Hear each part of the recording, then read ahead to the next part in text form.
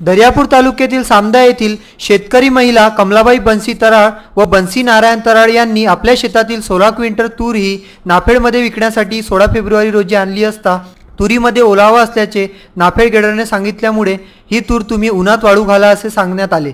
सदर शेतकऱ्यांनी 27 फेब्रुवारी ते 28 फेब्रुवारी 2 दिवस संपूर्ण तूर उन्हात वाळू घातली व नंतर 1 मार्च रोजी परत तूर काट्यावर मोजण्यासाठी आणली असता तुरीमध्ये बारीक दाणा असल्याचे नाफेड गेडरने सांगता ती तूर रिजेक्ट करण्यात आली। शेतकऱ्यांनी 5 दिवसापासून तूर नाफेडला विकण्यासाठी आणले असता नाफेडच्या मनमानी कारभारामुळे शेतकरी याचे तुरीचे माप कॅन्सल करण्यात आले व तुमच्या तुरीचे माफ होणार नाही, मात्र काही देवाणघेवाण करत असाल तर पुढे ढकलू, नाही तर तुमचा माल परत घेऊन जा असे नाफेडच्या अधिकाऱ्यांनी शेतकरी यांना म्हटल्याचा आरोप सदर शेतकऱ्यांनी केला आहे। नाफेडच्या या भोंगळ कारभारामुळे शेतकऱ्याला याचा मोठा फटका बसला असून जवळपास 30 ते 35 हजार रुपये खर्च हा शेतकऱ्याला बसला आहे।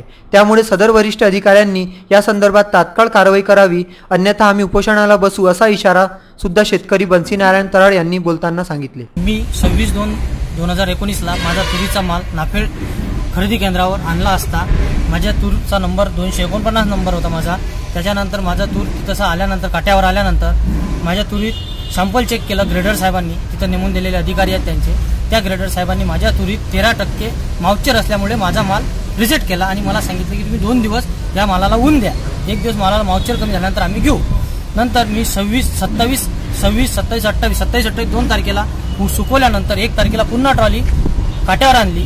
ट्रॉली आणल्यानंतर त्यांनी 2-3 कट्टे फोडून पाहिले आणि नंतर मला म्हणत की या तुरीत आता माउच्चर व्यवस्थित आलं पण बारीक दाणा आहे। माझं साहेब खूप नुकसान झालं। हे साहेब 2-2 वेळा सॅम्पल चेक करून राहिले। माझं एकच म्हणणं आहे की तुम्ही माझ्या तुरीत ज्यावेळेस ओलावा होता त्याच वेळेस माझं तुम्ही माल रिजेक्ट करावा लागत होता, मला तुम्ही डबल त्रास द्यावा नव्हता लागत। याच्या मागचं सरळ कारण असं दिसते की फक्त बस शेतकऱ्याचा थकला पाहिजे आणि काहीतरी आपल्याला वर्गणी दिली गेली पाहिजे। विसेन न्यूज करिता दर्यापूर येथून किरण होले यांचा वृत्तांत।